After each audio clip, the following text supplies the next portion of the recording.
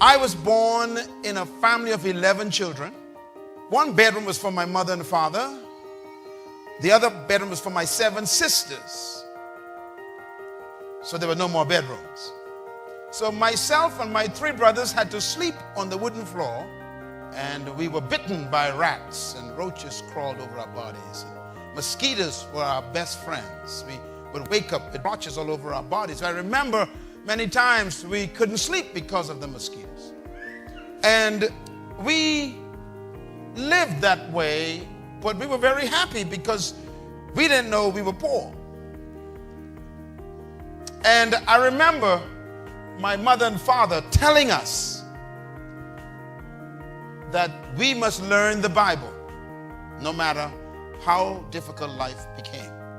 And they would teach us from this book about God and about Jesus Christ and about his sacrifice for us. And as kids, we grew up with those conditions. And as you grow older, you begin to question, why are we poor? Because you begin to see other people's lifestyles. And I remember crying out to God one time at age 13. I said, if you exist, you got to speak to me and explain this to me. His answer was simple. He says, because of your mind. That began a journey for me.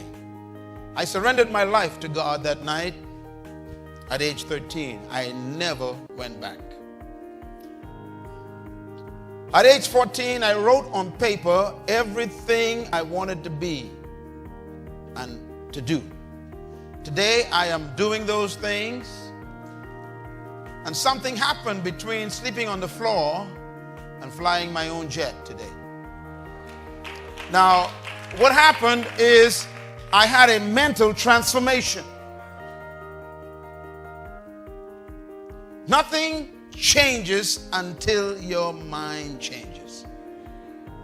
You can change your clothes and still have the whole mind. You can change your location and still have the old mind. You can change your house and still have the old mind. Nothing changes until your mind changes. It taught me that nothing was impossible.